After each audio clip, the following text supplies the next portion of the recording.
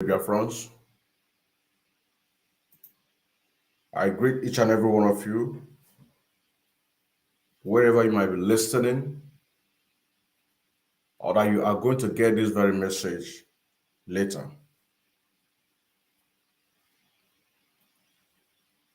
This message that we are giving today, it's something that the delegates of Evidence TV Biafra will be doing offline. But the situation that we found ourselves right now, that we are not at peace, and that is the reason why that as this very intel came in today, I have to give it out anyway, because it's a matter of life and death. At this very period of time that we are talking about peace, in this very movement of the Alpha Restoration.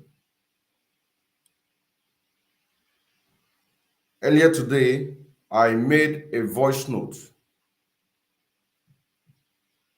and I believe that the message have gotten to the head of Director of State, Mazi Chika Edoziem.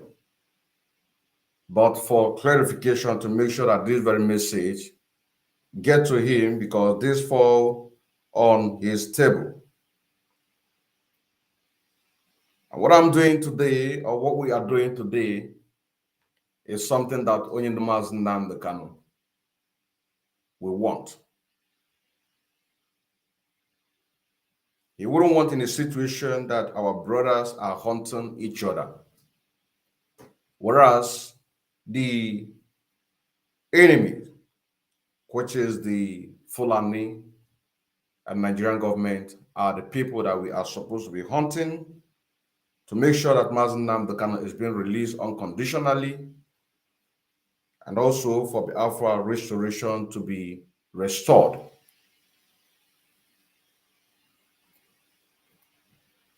This intel, it's against the ABIA State commander of the Eastern Security Network. I am talking to you direct, Mazi Chika Edoziem, and the head of Director of State and the members of the DOS, whom are genuinely working for the restoration of Biafra, to take this very message seriously, because this is not acceptable, what I'm about to say here right now. We all know that for the past few days now, we have been campaigning for the peace to be restored in this very movement, that anybody or any group can agitate for our common goal. And I made it clear that as from the 24th of August 2023, if anybody find me wanting that I'm doing something evil against this very struggle, let that person be the first person to blow the whistle. I'm saying goes to each and every one of us, but anything that has to do with the past, let us keep it aside.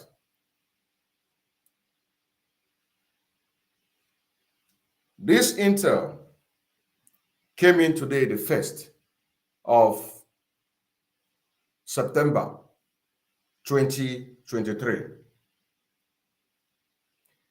that the Abia State ESN commander is recruiting cultist members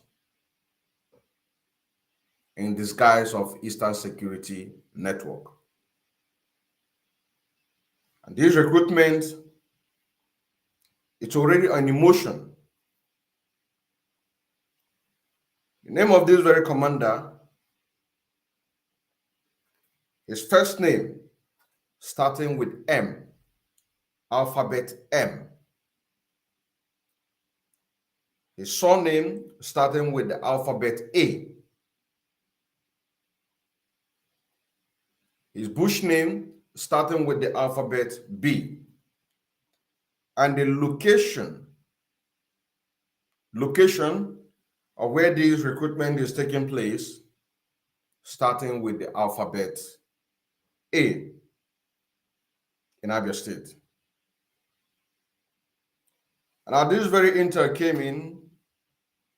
It says the program of this very recruitment is taking place today, the 1st of September 2023. And this recruitment is with the help of the political moggers to sponsor them in order to use these occultist members in order to kill the fellow volunteers that want to serve and pay the ultimate price.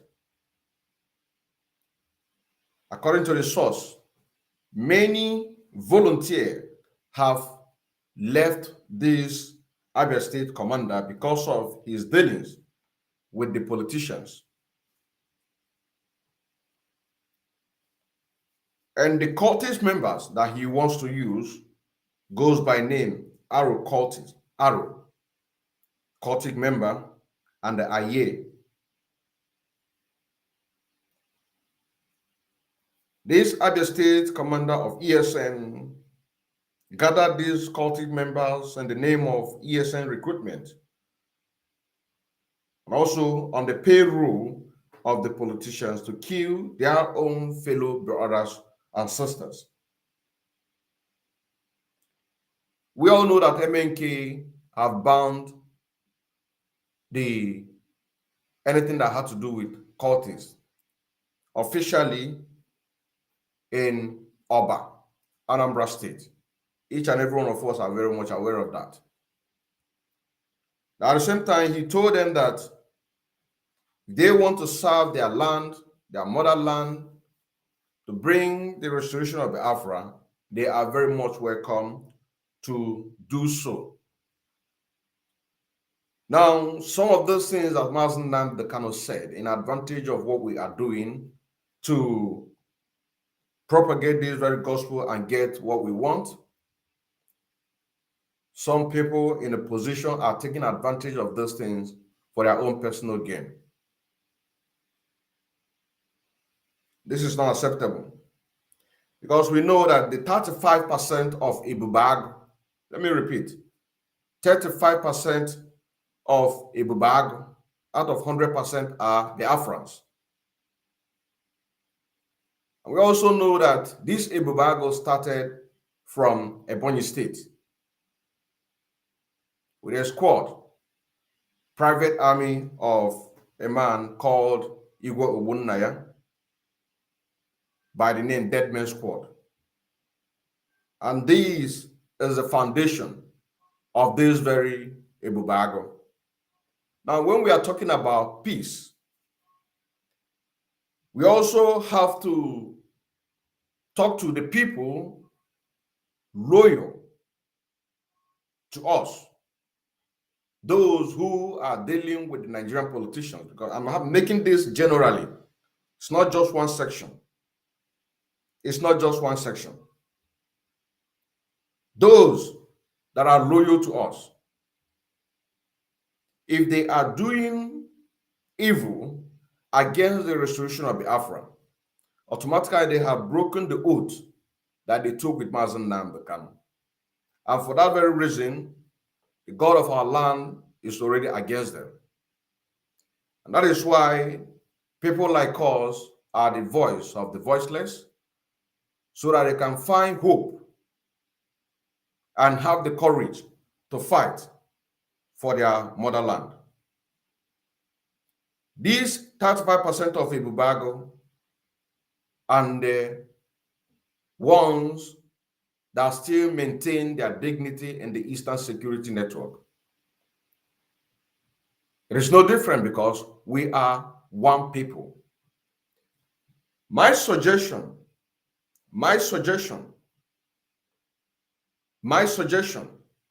is this: that instead of hunting your own brother because he don't want to associate himself, or she don't want to associate herself with anything that have to do with criminality.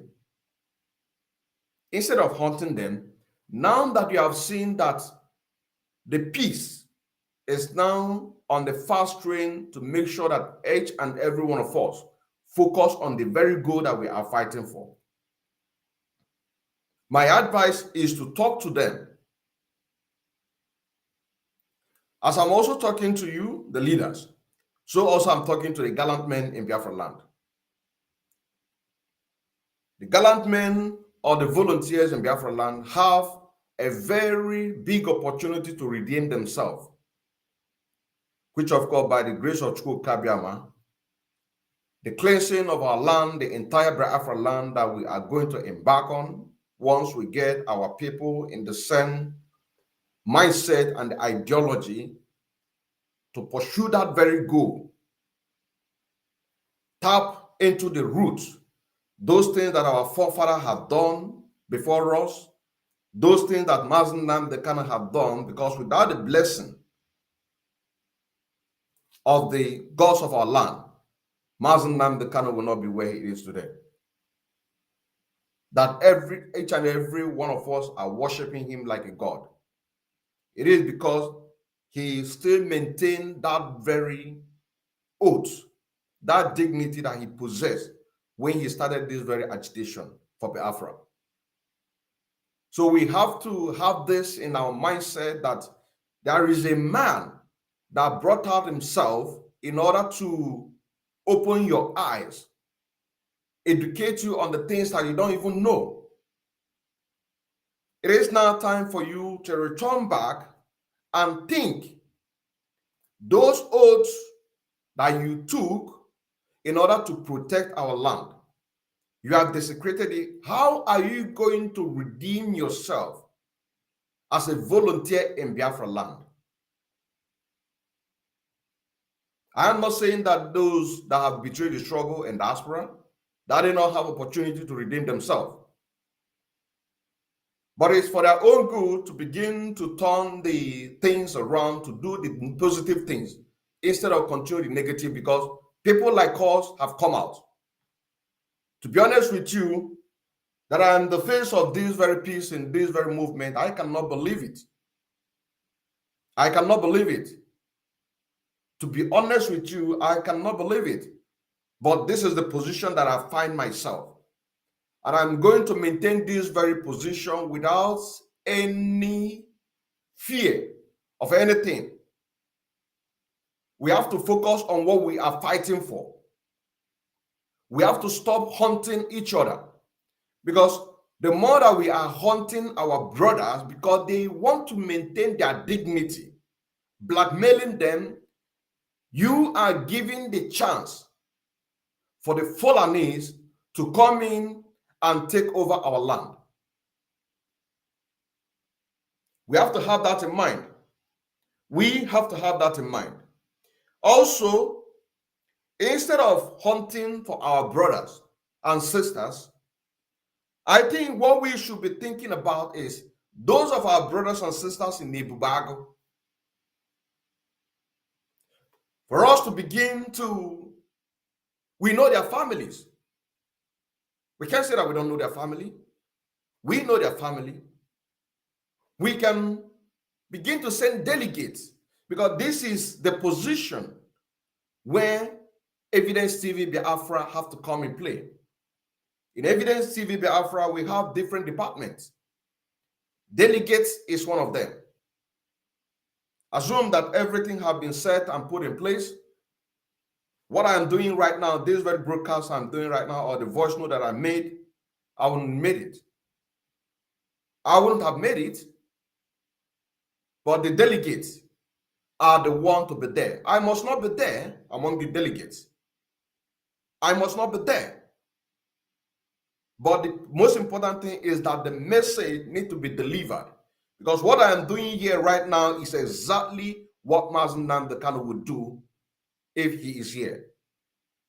What I'm doing right now is exactly what Mazi Chika Edoziem will want us to do. That is why I am pleading to each and every one of our brothers and sisters, more especially those volunteers that are hunting for their brothers, hunting for their sister to kill them. You have time to redeem yourself. You need to think when you are sleeping, revise back. How did you start this very journey? What promise did you make to your chief? What promise did you make to whosoever that give you oath? What promise did you make to Mazi Nnamdi Kanu if you have been opportune to see Mazi Nnamdi Kanu? If you think that you cannot be redeemed, I am telling you that you can redeem yourself by starting to change yourself. It doesn't matter how much you've collected. Because this very Abia State commander that we are talking about, I have your case file. I am very much aware that you disarmed so many volunteers. So many volunteers left your command. And you've been able to convince a lot of volunteers that you disarmed in order for them to participate on the 31st of March 2023 protest that has been done in ABIA, Abia State. I am very much aware of this. I am also very much aware that a lot of volunteers were killed on that very protest. And the thing that is I don't just understand.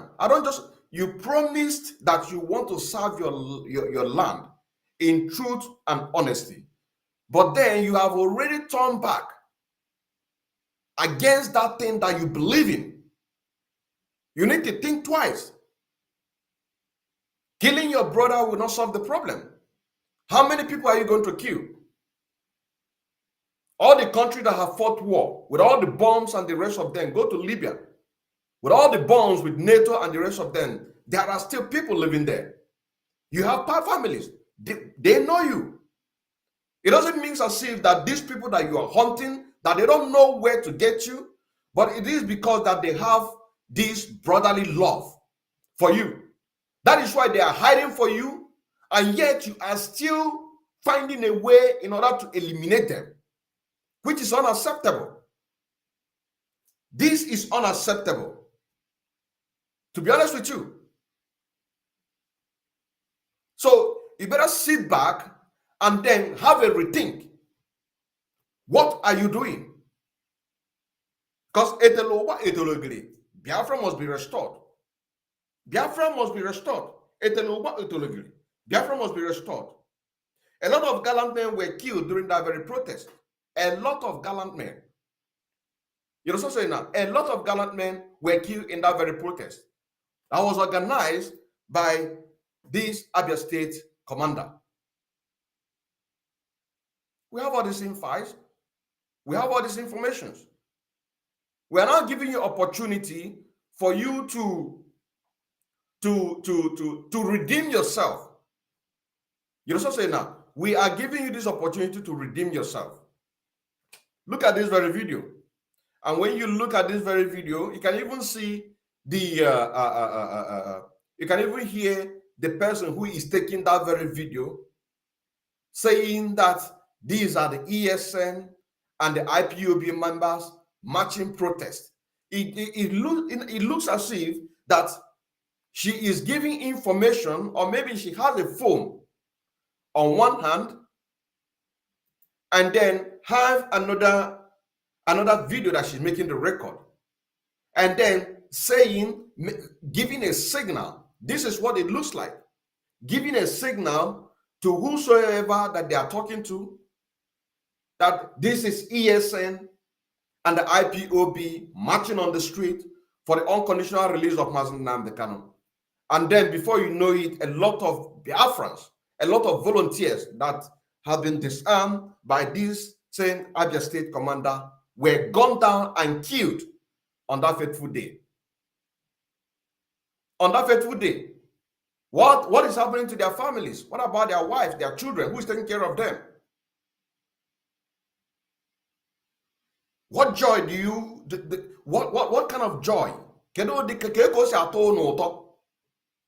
Kedu ka o si atọ n'ụtọ?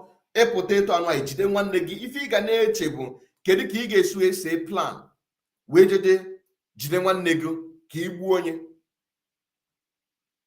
Instead of isebe that same plan against the Nigerian politicians, ka a ga-esu eje jidefa. Mgbe ejidele ofu onye jide mmadụ na jide mmadụ ịtọ jide mmadụ ịnọ jide mmadụ ise at the same time, nyefa condition so ha release them as Nnamdi Kanu. I don't understand. I don't understand. I don't really understand. I'm telling you honestly, I don't understand. But you have time to change. Just playing this video for a reference purpose. For a reference purpose, because this very protest was organized by this ABIA state. Like I said, his real name, alphabet, started with M. His surname starting with alphabet A. While his bush name starting with the alphabet B. And the location of this very recruitment that we are talking about, the alphabet starting with A. I am giving this information because we wouldn't want such a thing to continue going about recruiting cultist members in order to help you to eliminate your own brother. Ibusisi efa Biafra biagu no nye ga-ebi ajụjụ bụkwa na ife anụwa. Ibusisi efa gụna onye ga-ebi gụna onye ga-ebi na ibusisi ụmụnne gị. Ibusisi ụmụnne ịnọli nnọọ ị na-ese plan ka ị ga-esi wee jee jide nwanne gị wee gbagbuo. Nwanne gị na-abụ pụrụ nta ị gabazie sizie n'ọdụ ka ọkpa ya dozi ka ọkpa enwe. Ọ jọgburu onwe ya sigbuo nkakwu n'isi. I'm telling you honestly, ọ jọgburu onwe ya ma sigbuo nkakwu n'isi. Ọ jọgburu onwe ya sigbuo nkakwu n'isi. Ọ jọgburu onwe ya sigbuo nkakwu n'isi. Please, let us take a look at this very video that was organized by this same ABIA state commander.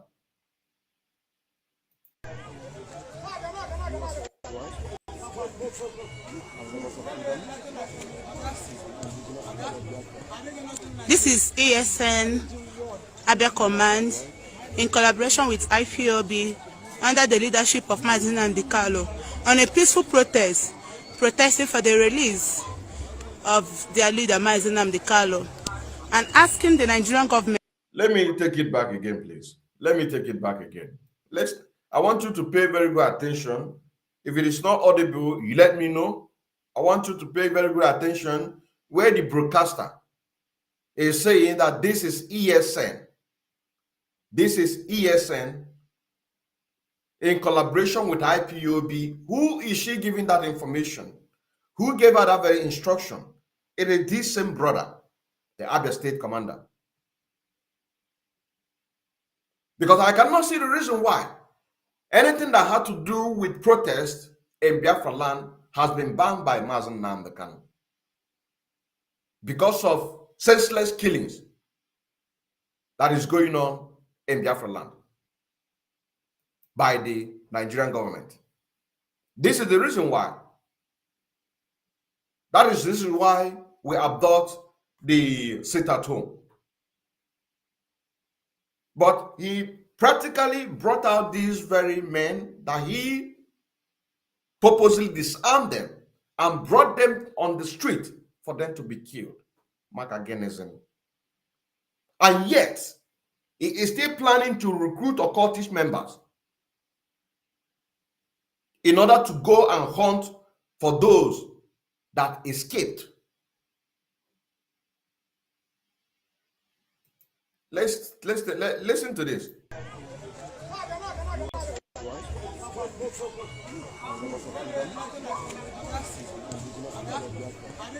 This is ASN ABIA Command in collaboration with IPOB under the leadership of Mazi Chika on a peaceful protest, protesting for the release of their leader Mazi Chika and asking the Nigerian government to obey their court order and release Mazi Nnamdi Kanu.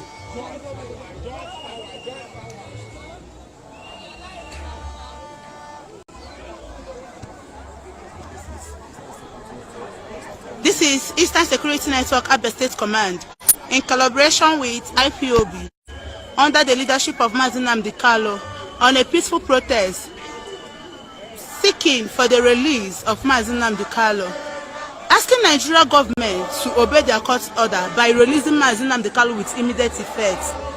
We ask for nothing than release of Mazi Nnamdi Kanu.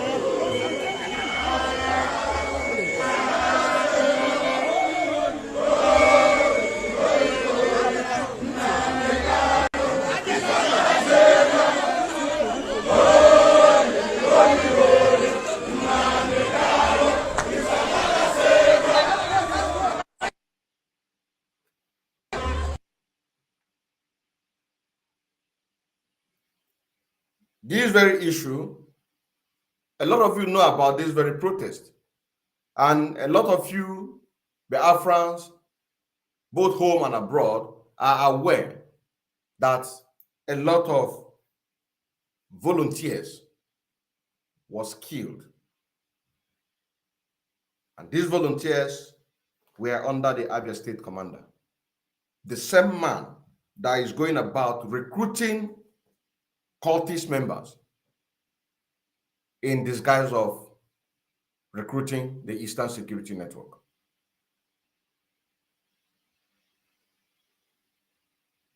You have time to redeem yourself. You have to think, how can you redeem yourself? The places that you went and took oath, how can you go there and try to redeem yourself? Because Biafra have never been restored. We are still pursuing the quest. Try to use the time that you have now to rewrite the history of all the wrongs that you've done against this very struggle. Try to use this very time. Just like in the Bible, try to be the Paul instead of Saul. Use the remaining time that you have to rewrite the history of the evil and bad things that you have done or committed against the land. Because the gods of our land is very, very much angry with you. Not just you, but in the lives of people like you that are dealing with the uncircumcised Fulanis. Desecrate our land in order to allow Fulani to come and conquer us. Chukwu amekwero, Chukwu amekwero, Chukwu amekwero, Chukwu amekwero. So, my brothers and sisters, the leadership of BOS, please, we Biafrans, as we are soliciting for this very peace, we want this peace to remain that whosoever that is committing crime against Biafran should stop with immediate effect. Because exposition will be coming in. Once we have any intel, back it up with the evidence, even though we don't show the evidence or the voice or the discussion, but we are going to give it point blank the way it is. Soliciting for peace does not mean that when you see the truth, you keep your mouth shut. The same thing goes to the autopilot.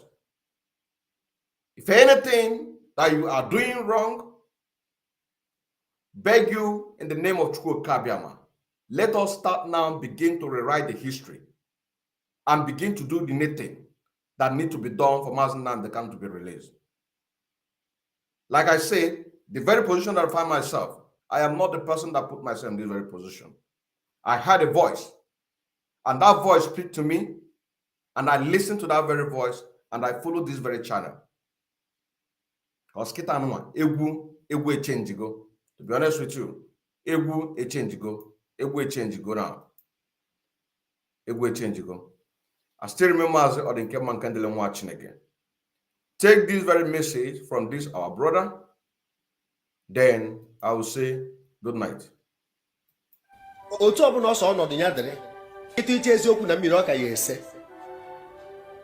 Nne n'ọnọdụ anyị nọ unu afụ na enwere ikuku ọjọọ na-eku evil wind. Enwere time the power of darkness ji eru ọ dị n'akwụkwọ nsọ. Oge ahụ ruo ha na ọ dị ka ọ na Chukwu anọrọsị. Oge ahụ ruo ndị tụkwasara obi na Chineke eke nkwụcha maka ọtụtụ ya gharịpụ n'okwukwe ha. Ọtụtụ ya ajụ Chukwu ajụjụ ha ekwesịrị ịjụ. Ụfọdụ nwere ike ikwutụrụ onwe ha abụmọnụ. Achọrọ m imetụ aka na ife mere ahụ one ma one gara aga maka ọtụtụ ụmụazị anyị jizi maka ọnọdụ anyị nọ na ya wee na-eme ife ọjọọ dị egwu. Ife dị iche dị na freedom fighting and criminality. O nwere onye ọbụla bụ nwa afọ Igbo ṅụrụ mmiri ara nne ya bụ onye Igbo amasị na nnwere onwe ndị Igbo adịrị ya mkpa, mana e nweziri ndị ji ya nụ ma izu ori ma kidnapping nke ka njọ bụ nọọ ndị Igbo ka a na-egbu.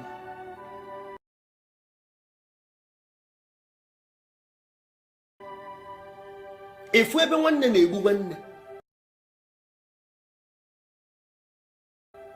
Ụfọdụ kpọrọ ọgaranya anaghị ego ma gbuo ya. Igbuchasịa ndị ọgaranya ji ego ke ndị ya anata ego echi.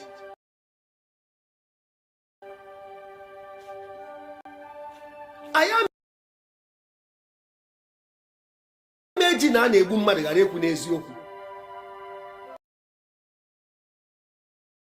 Onye gbukata ike agwụ ya mbọsọ ọbara ya abaghị anya ijiri aka ya kwụ ụdọ. Eso wee mee ife dị na martial arts. Ana m agwa unu ya ekwuona m igboro one ma one mmụọ ka esi egbu mmadụ. Ife sere ụmụ na ha na ndụ na mama kwa ọbara maka ama m na ọbara nwee voice. Mbọsị Chukwu ya echeta gị. You can run but you cannot hide. Ife ọsọ si gwọ n'ọgwụ o nwere onye ndụ ya dị n'uko.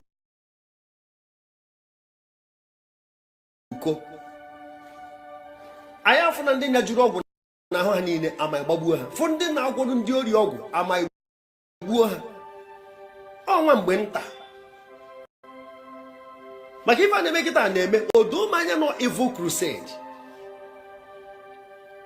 Na-eke ana Igbo dị nsị na mma emetụ aka n'akụkọ dị aṅa ka ụmụazị dị ahọ 20 na ụma 20 years, 23, 25, 28, even 30 years. Ka m kọtụ obere akụkọ a ka unu wee na-echeta maka ọtụtụ n'ime unu nwee ike kuru unu n'aka ụfọdụ amụbere unu. Ife na-ekwu maka ndị na-eme kidnapping na ọtụtụ ife ọjọọ dị iche iche. Ọ dị iche na mba anyị na-agba maka nnwere onwe. Unu anọkwana under the shadow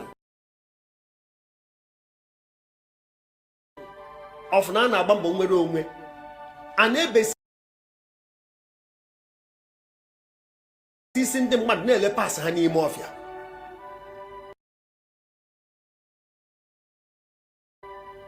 Anọ ya agbagharụkwa ndị na-arụ ana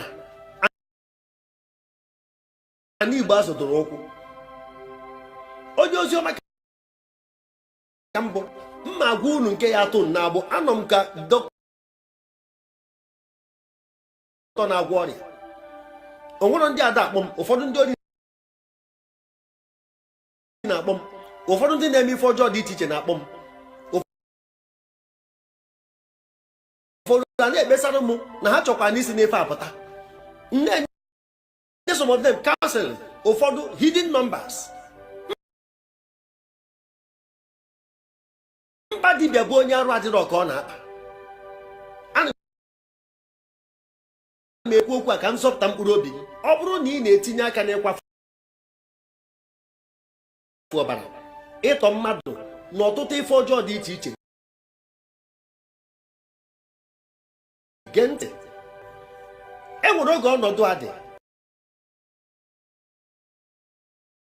mana ọ na-abụ ọ dị nwa obere oge nya bụ ikuku kuwe okpochakọ ndị ntorobịa tiri aka na ụdịfe akpochapụ ha. Ana m echeta mgbe e mere Boys Oye na 1970s. Jee jụọ ese ife butere Boys Oye. Oge ahụ crime, ife ọjọọ bịa kpara obodo, ndị ọjọọ na-aga n'ife ndị aka ha dị ọcha na-ezo ezo, ndị ọjọọ na-aga n'etiti ụzọ, ndị aka ha dị ọcha a na-ezo n'ime ọfịa. Anọkata ewere Boys Oye wee bịa, ewee jide generation a na-arụ ana niile a nsapụ.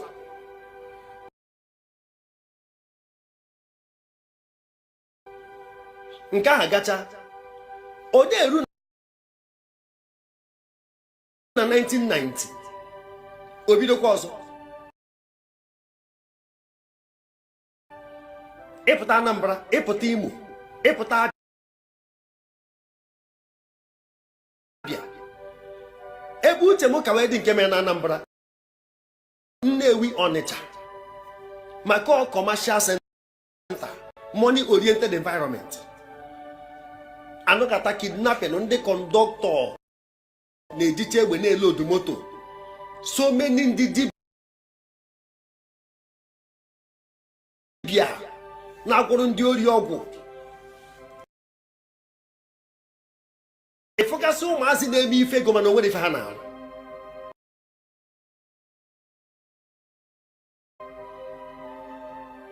Anọkata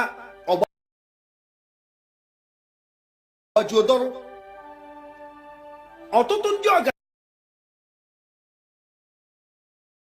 ọgaranya ife nna gwu na-eme na 90s. Ọtụtụ ndị ọgaranya ada alahụzi n'ụlọ, na họteelụ ka a na-alahụ. Jụọ ese, o wee ike kuru gị n'aka.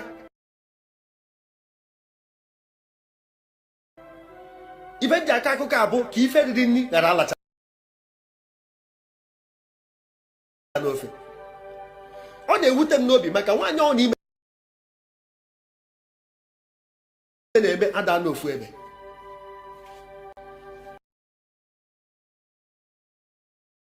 Ife a wee mee oru ha ahụ one ma one. Ife a na-afịọ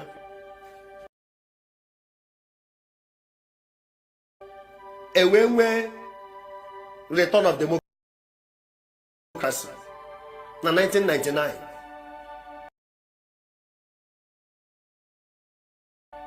Mana aka m na-echeta na 98 o nwe ori ezu na Bank Road na Nnewi, enwe nke ezukwa na Nkwo Ogbe n'ihi ala. Ada ekwuzi nke Ọnịcha, ọkwa ma bank robbery. Ori kwuru ori, ezupụkwa obere oge ezukwa ọzọ. Ewee bịa nke Abịa na All State mgbe enwe bank a na-akpọ All State 1998. Pa na agbazi Luxurious bus na-ebu ego abata.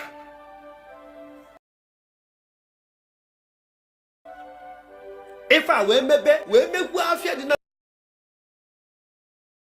Nnewi na Ọnịcha affect, maka enwere ori a na-ezukarị n'Ọba Junction oge a. Arụ ọbụkata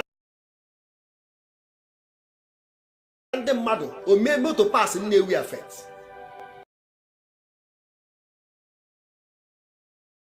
Mee mgbuke Obosi affect. Ọnya ka Ladipo ji wee nwee agba o nwere taa. nya ka aspanda di wee nwa abụọ nwere taa mgbe mbụbụbụ na Nnewi a na-esi Lagos abịa fe na nne ma machine pass before nke machine pass ọkụ ofu ori a ka ụmụazị zuwelu were machine na-ezu ori na-arụ ana ewebide machi machine ọ na-egbu anyị Igbo ma ọra mmụọ ife nwanụ ndị Igbo ji aba anyị jide aka anyị na-agba onwe anyị egbe n'okwu na-egbu onwe anyị ọgụ n'ire a sị Chineke ekwe n'ife ọjọọ megharịa ahụ maka ọ na-aba arụ a na-eme ụfọdụ ụmụazị a weda na ọgwụ ha na-agwa adị ama na ha na-anwụ anwụ. There is no get crime. It doesn't pay. Ife ọjọọ ada amịta ezigbo mkpụrụ kama ọ na-akọ ọtụ ndị mmadụ n'ike.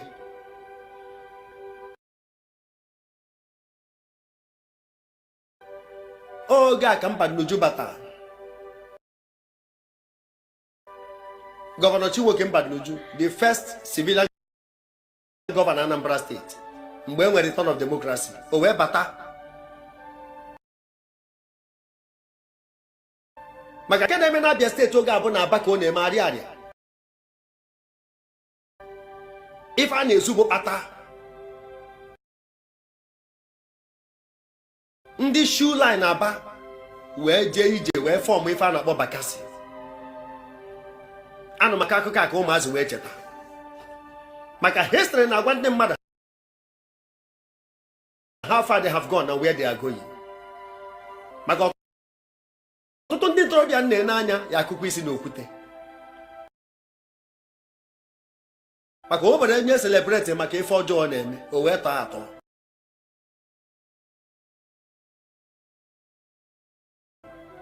Ada akụrụ ife ọjọọ aka ejiri ya maatụ ejiri ya n'isi bakasị bọ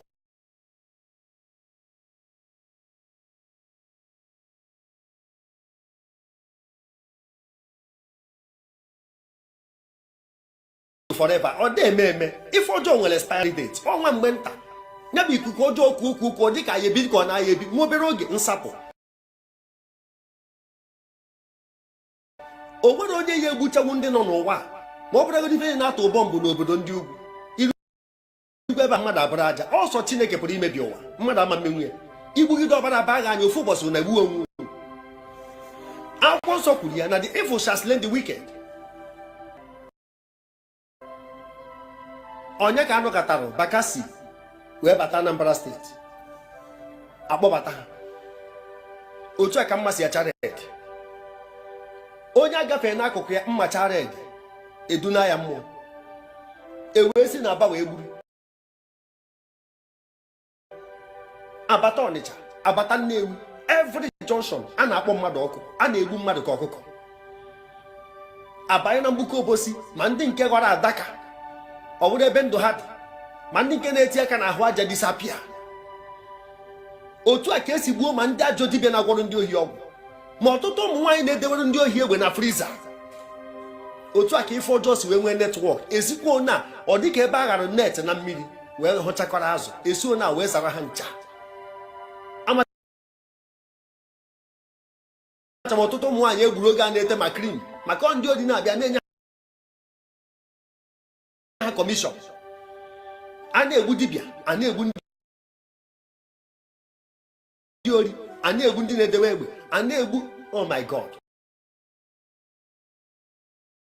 kọzi ndị ngwọrọ na-edebere ndị ohi egbe ha na ọ dị ife ha na-eti taya na-akpụ akpụ ihe ama na egbe dị ya. Oge a ka emechaa nweta onye baba nwere 9.something million amara nọ informant ndị ntọ mechaa nweta vulcanizer ji 3 months wee rụọ 6 rooms and parlor. Ọ da period ka egburu ha ncha ka m ghara akpọwa n'afọ obodo mana ndị ntorobịa gwụrụ agwụ. Ọ bụrụ na ụmụazị a kwụbara aka ọtọ were ndidi maka ọghọm afịa dụghọ na ndidi patience pays. ife ọjọọ ada akwụ ụgwọ ife ọma. Ife ebe a na-egbu ndị a kefe ha aka n'azụ wee were mma ofu mgbu ka a na-egbu n'azụ onu. Ọ dịka otu esi eme achọ igbu efi atọ ọnụ onu ya okwe ekwe. Otu a ka esi eme oge ahụ. Abịa gburu a na-agbupụ isi awụọ fuel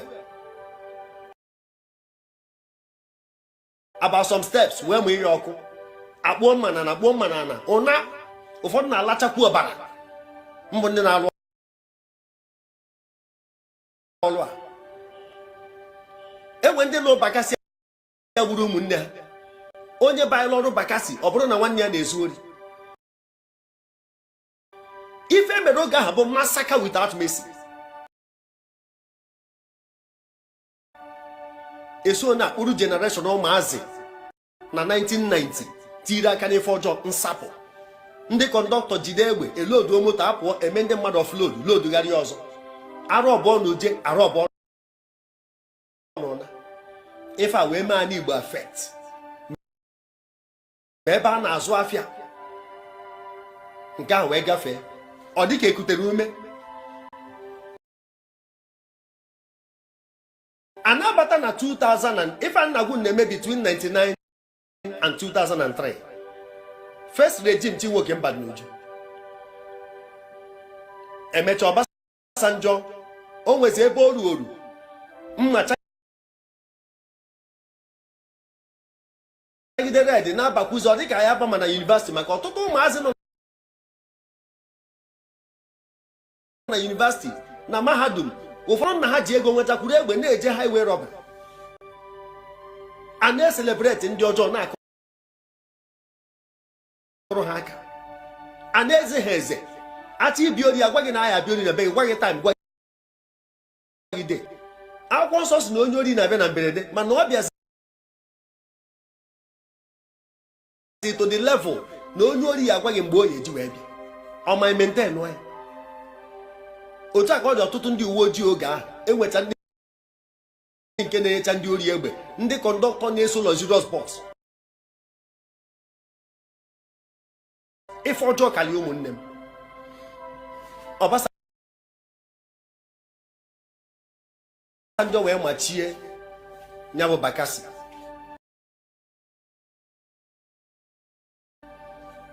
Mana nke bụ eziokwu na mmadụ gwụrụ ahụ.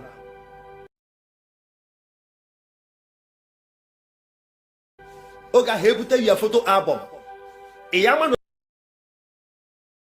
onye gị na-ayị na-eje ọrụ abalị ya ma na ọ na-agwa ajọ ọgwụ. Otu a ka esi akpụkọ ma ndị ha na onye ha see pikchọ ma ndị ya na ya na-aṅụkọ mmanya onye ọbụla ọsọ ụfọdụ gbafusia ma Ghana enwe ndị gbafuru mana emecha nwude ha.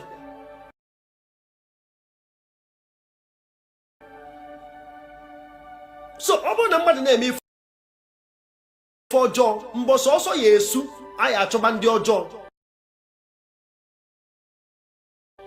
mbọsọ a ka ihe regret ife iji wee banye na ya. Ọ ife ndị ezi ozi a ọnwa akọ nka ya eji metụrụ na aka maka nke na-eyi egwu na-abịa. Akwụna maka boys oye kwuo maka nke ndị bakasị batara 99 wee na-ahụ one ma one wee kpochapụ ndị nke n'oge ahụ. Ọ na-eru 2005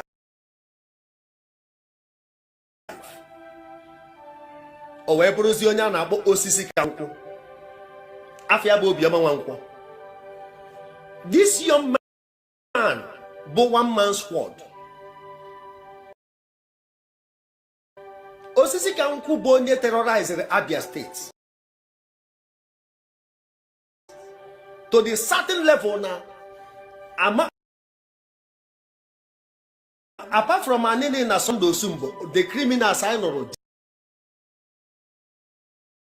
bank robbery. Only about another person record ya na-eyi egwu. And also the Rico Mama maka oge nke Bakassi ka egbu Deriko and so many other guys na Ọnịcha ndị na-enye nsogbu na ugwu na kpamkpa na Ọnịcha even na ọrụ na akụkọ ndị acquainted with maka all this terrain ana m enwecha time ejeni ya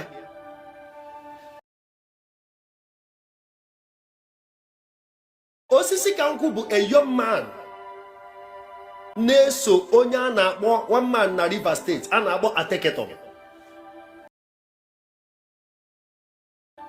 o so wee na handle ya weapon ebe a ka o si mụta weapon handling ife a na-eme during militant era na Port Harcourt o wee lụchala ọrụ mechaa rụọ ọrụ a politician ọrụ na Abia State na 2007 o wee ebe olu maka ọ ka i wee fụ maka ọ na-abịa were ndị ntorobịa wee lụcha ọrụ ebihapụ ha ndị na-anọ na receiving end abụrụzie pharmacists ha ketazie chei maka ndị ji ha wee bido ọrụ a kpanye ha egbe n'aka kwụdebe ha ụgwọ n'ụzọ ha wuru sekuriti chekwa onwe ha rapụzie ha na society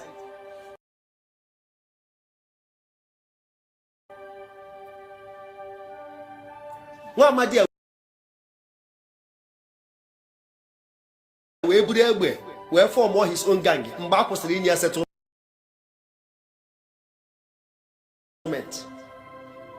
wee bido kpamkpamkpa na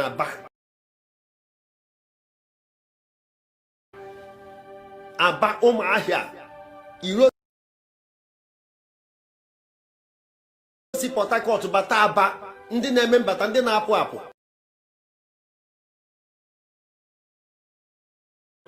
wee megide ire ụnụ ya anụ akụkọ mgbe e kidnapụrụ school bus na side Abai school Aba thinking after school if I remember was Monday, one black Monday, how we see the whole students manding kuzi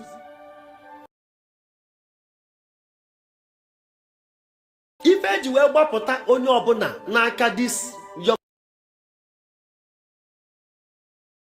man osisi ka nkwụ bụ $130,000 enwe akụkọ anụchara oge ahụ emecha debunk ọ dị rumor mana nke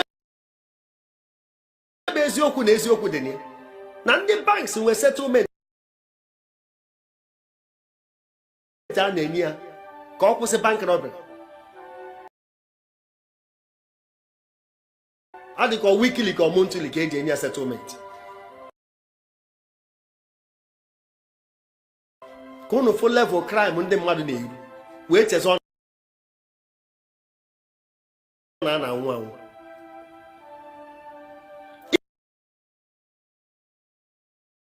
ife dị na-abụ to survive on the street because of ụdị ọrụ eji ya wee lụ ndị mmadụ bụrụzie victims onwe akụkọ akọrọ na particular gang jide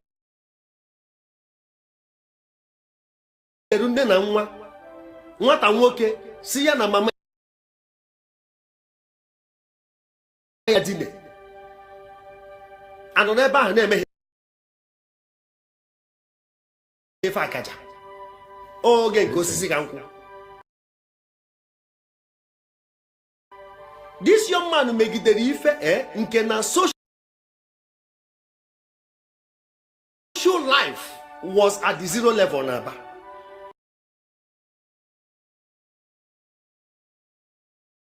ije afịa na arịa ndị mmadụ ịbata afịa bịa goro ife na arịa mechaa bụrụzie ghost town ọ bụrụ ghost market squares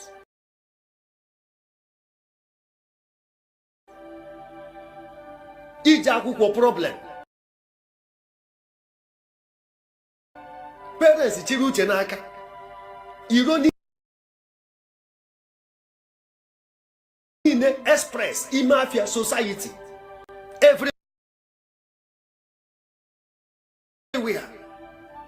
Onye a na-arịa bụ osisi ka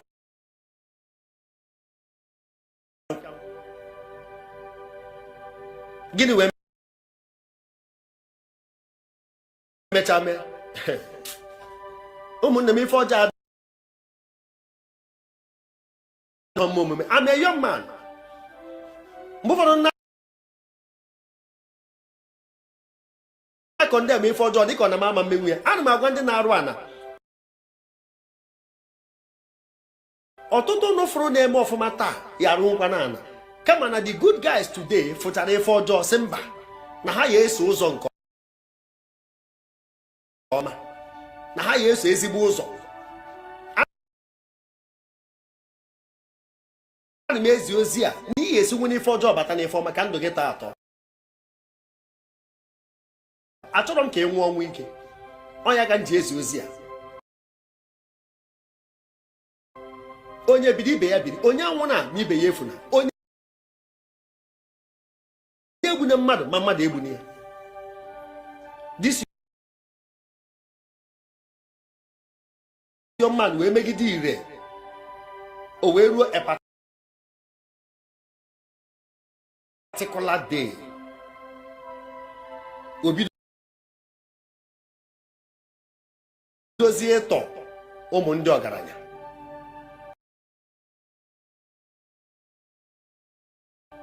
Ọtọ ha mmadụ one ma one. Goodluck Jonathan wee nye iwu wee chọba this young man at all cost.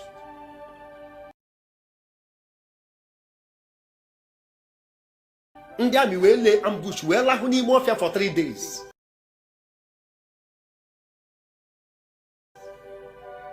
Na evil forest ebe ọ nọ, ebe o nwere camp. Ife a na-agbada forest bụ Obokwe Asa Evil Forest na Ụkwa West Local Government na Abia State. Ebe a bụ ebe o nwere camp. Ụmụnne m n'ofe ife mere ụbọchị ya. Unu fe egbe agbarụ that day.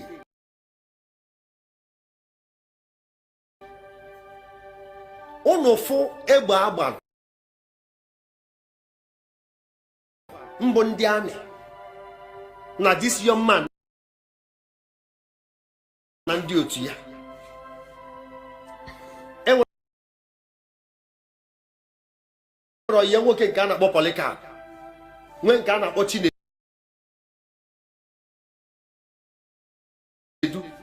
Ha ịtọ ka a sụrụ akwụ ofu oge. Ndị niile na-ejere ha ozi enwere onye survive ya nụ, maka agbagburu osi ka nkwụ ebe ahụ.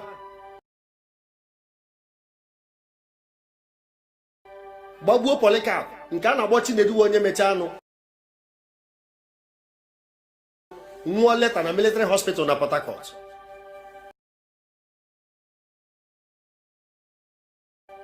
Ibe nji na-akọ akụkọ a bụ otu ọbụla onye na ndị agbata obi ya ma enwe oge na-abụ mmadụ nyekọta nsogbu, ndị nche were abalị mefuo ya. Ụdị ife adịcha, mana ọ bụrụ ife ahịa atọ mebe, mana ụdị arụ ụmụazị na-eme kịta maka ife na-abụ mebe oge ahụ enwere any other solution, enwere any other alternative na-abụrụ resort to iji abalị mefuo ụfọdụ. Mana ọ bụ na ezigbo ife anyị achọrọ ka egbube ndị young men, mana ide n'ezie the kind of crime some. Ụmụnne m ọkwụnụ na ife okwulu ife okwulu okwu anụ okwu kịta anụ a bụ na oge anwa ife ndị anụnwa na-eme o ji wee na-ama atụ ọ na-ama ka o kwuru wee na-asị o nwere ife enwe ike ime. The only thing bụ gịnị? Ibido gbusisibe onye ọbụla. Ya mee nji wee kwuo wee sị ọ bụrụ na ụmụnne anyị anụnwa a na-achụ mbiaka a na-achụfa mbiaka ọ bụrụ na fa mara ebe isi apụta, ọ bụrụ na fa mara ebe unu si apụta, kama nọọ obi ebele ife anụnwa bụ ife nkwulu, obi ebele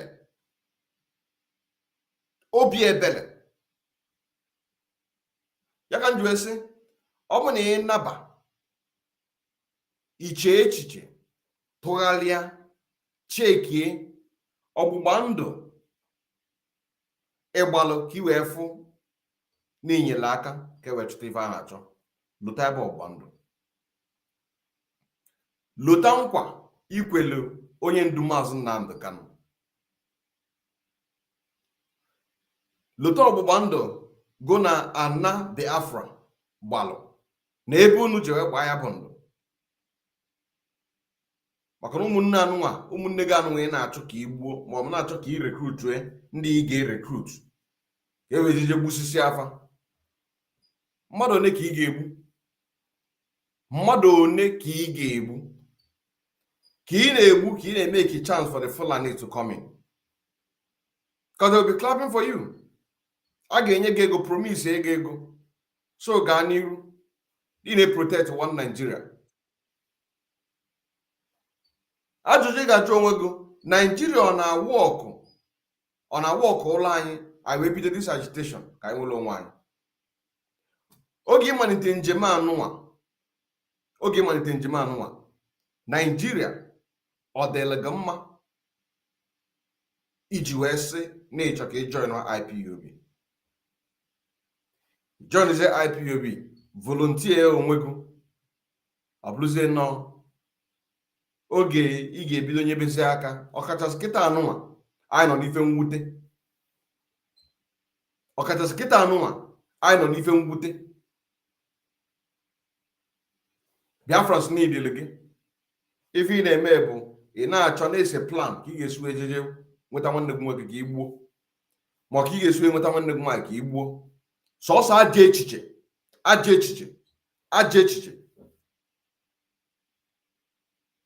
Ọ bụrụ ife ziri ezi ka ọ bụ ka na inwe ohere ịnachi ya azụ, chee echiche. Ọ bụ na onwe onye n'obodo oyibo na-edunye gị sị gaa n'iru, onye anwa na ebe ọ na-receive all manner of benefit from the country ọ nọ na ya. Ọlanye gị sị gaba, ọ na-ebunye gị ego, ya nwa nọrụkwa ebe ene onwekwa ife dị iche onye anwa na ndị politicians. Dịka akụkọ nwanne anyị nwoke anụnwa na-akọ maọbụ atụmatụ ọ na-atụgasị aka, o nwere ife dị iche. Ife apụta ka anyị chụọ freedom. Onye bụ na nwanne, onye fụ na ebe nwanne nwoke si aga n'iru ma nwanne nwaanyị si aga n'iru ka ọ wee sọpọtụ ife a na-eme ka ije gbochibeli ya ụzọ maọbụ nwere ya anya ukwu. Gịnị ka ị ga-eme? Ịsọpọtụ anya, kwadonye, mụta, tinyekwa na nke ịmalụ. Maka na ofu nne na amụ mana ofu chi ara eke. Onyinye amara ga na nke m abụrụ ofu. Ọtụtụ n'ime unu bụ ndị na-eme ife anụnwa nwere onyinye amara dị iche iche Chukwu nyere unu, mana unu si nne eto anụnwa wulie baraka nụ nsọ. Ike na ụfọdụ kịta anụnwa obi unu na-echezi kịta anụnwa na onwe ezigbo unu ga-esi wee chegharịa ọzọ. Mụnwa bụ Maazị Ọdị nke mma nke dị nwa Chineke na-agwa gị that na ichegharịa, bido mmebe ezigbo ife,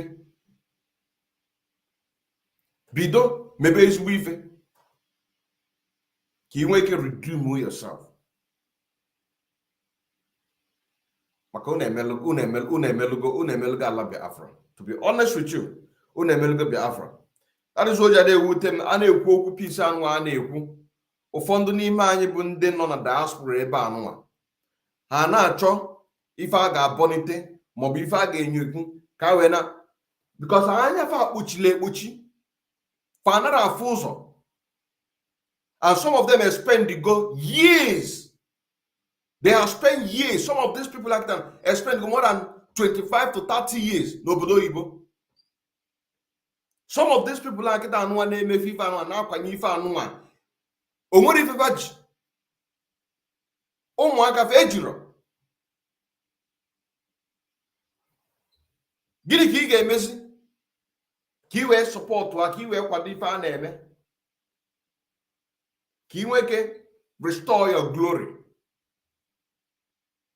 Ọ bụ na onwe ife na-ewute gị, wele edebe n'nsọ ka anyị chọọ ife anyị na-achụ. Ọ ife nwanne nwoke anụ na-ekwu. Ọ sị na oge ahụ ife ọjọọ anụnwa na-eme. Oge ife ọjọọ anụ na o nwere ife a ga-eme that the only option bụ ijide that very generation kpochapụ fancha. Ijide that very generation wipe afa ncha. That is the only option. But ana m agwa gị n'inwe option. Maka na Biafra abịabe. Odu ka edere n'akwụkwọ nsọ from Saul to Paul. Bụrụ that Saul repented, bụrụ Paul. Ka iwe degharịa ihe ọjọọ niile imekọtala. Chukwu ga-enyela anyị aka na this Evidence TV so that these issues anụnwa na-afe ekwu ebe anụnwa. I send that delegate. I send that delegate. Wee gị megịnị gaga report ha. Monitor the same situation. Ọ bụrụ na ọ continue, then anyị apụta on live broadcast. Gwa Biafrans. Nkana onye fụ ife ọjọọ, uchi ya bụ ife ọjọọ, onye ahụ aka ya so n'ime. Ma fụrụ ife ọjọọ sị ka m mechie. Mana m ga-alike ka m ji elu gị ọfọ. Anyị ga-alike ka anyị ji elu gị ọfọ. Ji elu gị ogu, ji elu gị ọfọ. Bifo anyị mebe ife anyị na-eme. Ya mee nji wee kwuo nwere onye nwee ike ịpụtalụ si na ọ dị nke mma melụ nke a maọbụ nke ọzọ. Ana m beat my chest to say it. Nwere onye nwee ike ịpụta kịta na si na onye gị ọ dị nke mma ego. If you come close to me with the evil agenda or negative mindset, I'll block the hell out of you. I'm block aga ozugbo. Block aga ozugbo. Expose ego ozugbo. Maka ife mpụtara ebe anụ maka nchọ Biafra. Ọ dị mma ụmụnne m, ọ ife mpụtara ebe anụ. Abịara m ebe anụ nwa ịkọ yapi. Ma ọ bụ ya apụtara m ebe anụ nwa ime yopi. Amara ọ bụ ife mwute, ọ bụ ife mwute rinne. Ọ bụ ife mwute rinne, ọ bụ ife mwute rinne. Rinnekwa, ọ bụ ife mwute rinne. And onye Mazi Nnamdi Kanu, adọrọ happy. Let's take it to the last, then I meet you this very program. Young men now commit now. It's not part of us. If you're not bonsana, mmadụ ịkwafu ọbara gbuo nwanne ya. Kwafuo ọbara na ọkwa na anaghị ịkwafuru ọbara ya.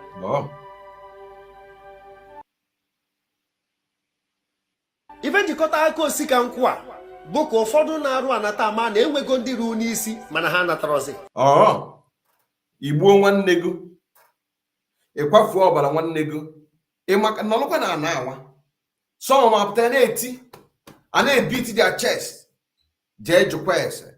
Kedu ife mere Okeke a?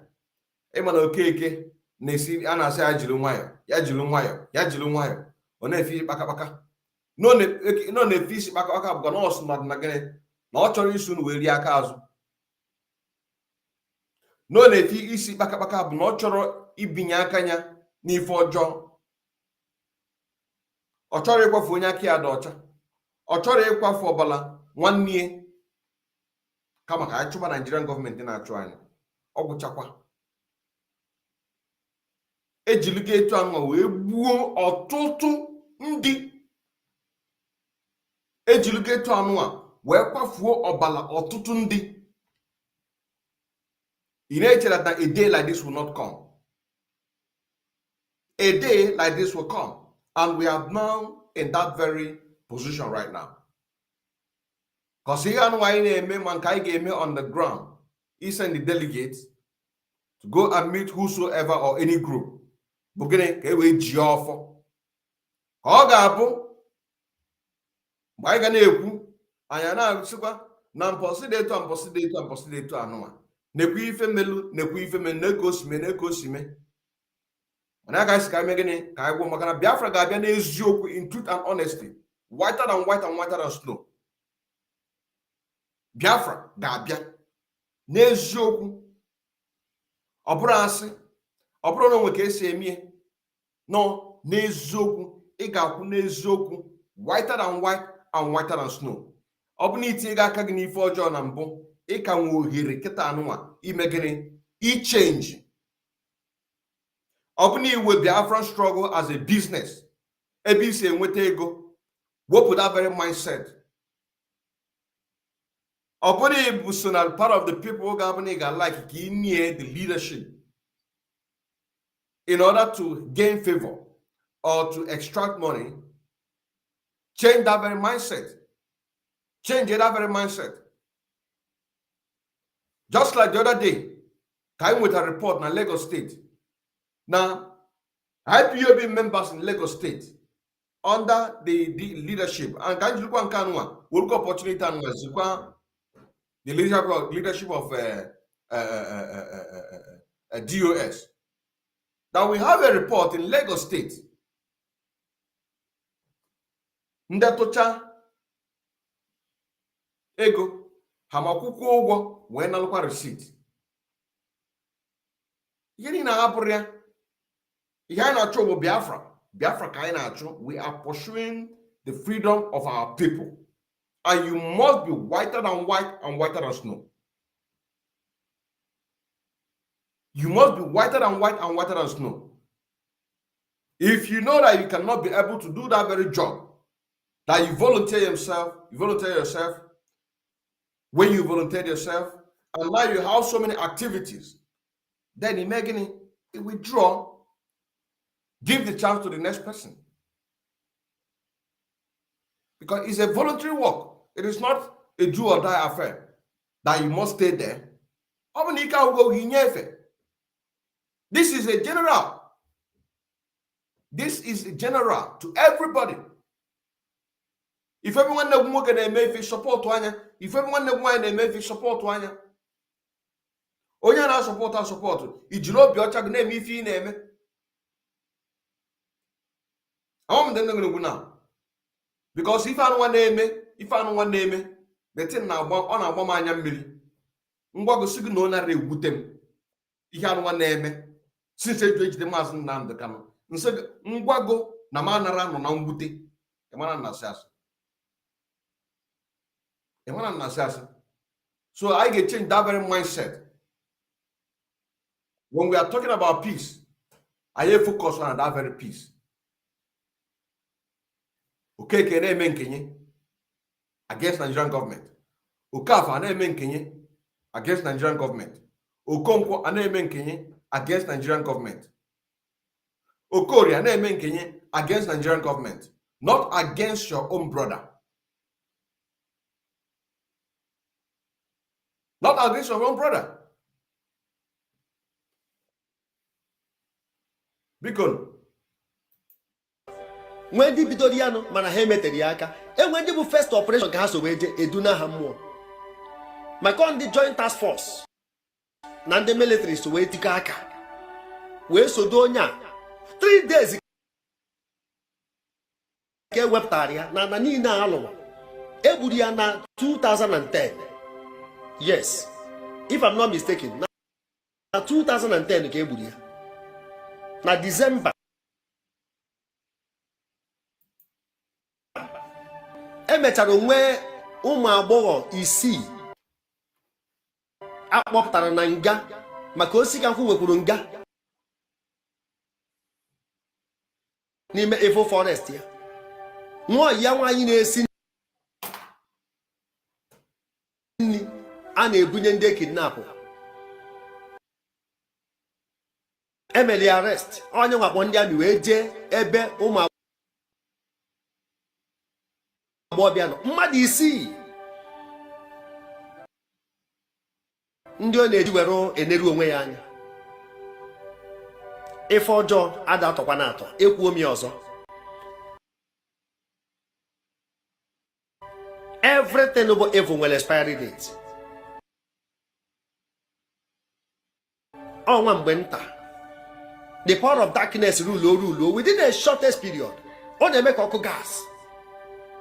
Tupu ịmara ife na-emenụ, ife achawa. Ife ọjọọ ama adịgide, ọ na-aka gị dị ya sere aka. Wepụ aka enwe n'ofe tupu ọ gha aka mmadụ. Akụkọ a nkọrọ bụ ka isi na-ewe mụta ife. Ọ bụ na ị na-akwafu ọbara n'ụdị na ụdị ọbụla. Sọọsọ maka na enwe ka ọnọdụ si wee dị n'ala Igbo, ị hijack ya ọ bụrụ opportunity. Ndị mmadụ ama agbakọ ọsọ forever. Ncheta aka ịtọ nkọrọ ebe a, akọrọ m maka boys oyi. Akọrọ m maka Bakassi boys. Akọrọ m maka osisi ka nkwụ. Onye ma ife na-esi n'ife mere ndị ọzọ amụta ife. Onwe ndị mere eme emezi n'ọzọ. Onwe ndị mere eme emezi n'ọzọ. Onwe ndị mere eme emezi n'ọzọ.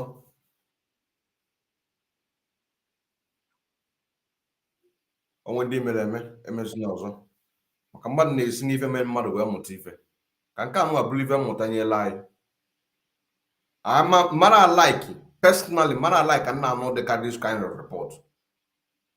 Because mgbe ọbụla m nweta such a report, that is why we're working so hard on Evidence TV Biafra. So most of these issues, the delegates will handle it. When I watch the phone and the thing continue, then I have that online, expose with that thing. Because I want to come to a free for job. Ma for be nega, ni if I'm gonna achieve maybe even Mbandu. Open up brought this very struggle. I am telling you honestly, open up brought this very struggle. Because I'm not a social media type. So we must get Biafra. We must get Biafra in truth and honesty. On where it was there is me. Onwero etu ọzọ no eziokwu bụ ndụ. Eziokwu bụ ndụ. Eziokwu bụ ndụ. Ka nke anụ abụrụ ihe mmụta dọla anyị nche niile. Onye ọbụla tinye aka ya n'ihe ọjọọ, mee gịnị? Wepụ aka gị n'ihe ọjọọ. Wolu that time anwa JJ discover our Biafran brothers nọ n'Ebube Agụ. Most of these, if not all of them, the 35% of Ebubago, nona Ebubago out of the 100%, are the people diverted from the volunteer work to serve their motherland as an ESN members. Divert ya, banye Ebubago.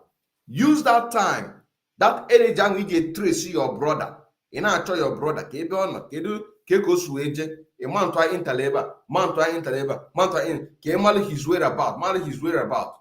Maluko will that strength our mount intel on our brothers non the Bubago.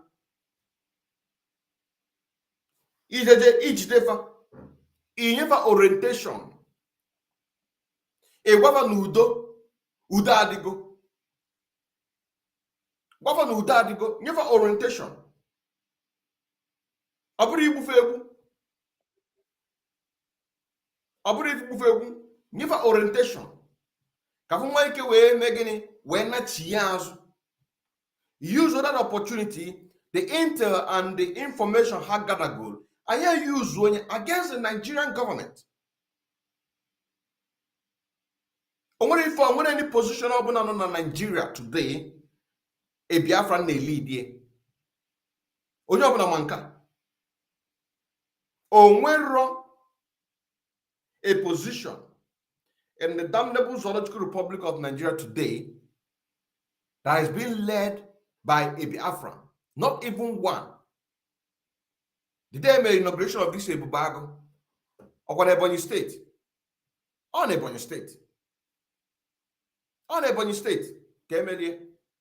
so use that very energy to go and solicit, get information, visit the family members, send them message, write them letter, Time again, far maybe for use that intel, use that energy. Focus one. Can we save our own brother? Because they themselves will night in there, Nebubago. Olukwambe AJ, can use over where fight their own brother. All those 35%, but that get in a forefront. Fulani Aman on a forefront too. Fulani Aman on a forefront in that Nebubago. Haman on a forefront. But you have to start within the inner house. You say that you're a member of ESN. And again, even a member, to your own brother, it can as a member. So if go change go omumegu. If lose change go omumegu, one more omumegu. Change bala bosala omumegu. Each say bosala omumegu. Then you now plan, go and rescue your brothers, rescue your sisters in the divert. Because this recruitment and they recruit your cultist members from the Arrow cultist members and the ABIA. A recruit over. Can you hear Jiheme? Can we just try Munegu? And I can never be part. Once you grant money for job, like one will only say an anthem kitan when I say anything negative. More than before. Ntem kitan anything negative. Even changing when I'm more beginning. Organiru. Can if I make if you don't can move forward. Or even changing to now kitan. Njikwarantem anything negative that have to do with this very struggle. Or bullet intel, it has to be exposed. It has to be exposed. Kankanu aburiya muta nyera yin chanine Monday kweta Monday ne kwetaro mana chuku ga emebere nde ne kwetaro ga full reasons. Once ha na enweta this very message, ha na emegini ha na enwe mmụọ nche because the people who they make anwa that it's just a few people. Just a few people. So they begin to get this kind of message, then they will sit down to listen to the message, then have a rethink to know that the lane that they are is very dangerous. And moreover, they are in Biafra land. The people that are sending them to go and do this atrocity, commit this criminality in Biafra land, killing their own brothers and sisters and the same volunteers. They can be in diaspora forever. Some of them have citizenship, so they can remain in exile forever. Why? Using their connection to destroy what we are doing. But like I said, everybody have a chance. Everybody have a chance. And this is what one man can we want, which I already said it. Let there be peace in Biafra land. We are meant to protect our people, not to kill them. This is what he said. I never know that word is a prophecy. I never know that word is a prophecy until I find myself in this very position on email.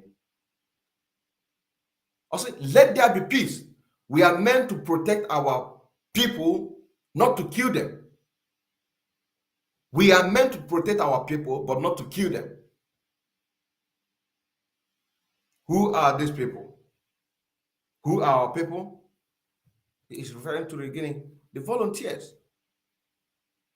Because when you hurt your fellow volunteer, take him aside, then make way for you to go and do your criminality, which is unacceptable.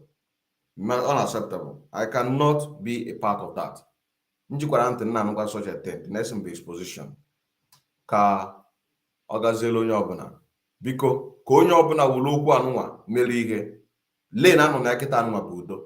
And like I said, you have no name, of no where is so and wasting. And they been to Macabiafran where but waiting you neferamboa. One in a marum. Biafra must be restored. Biafra must be restored. Shalom.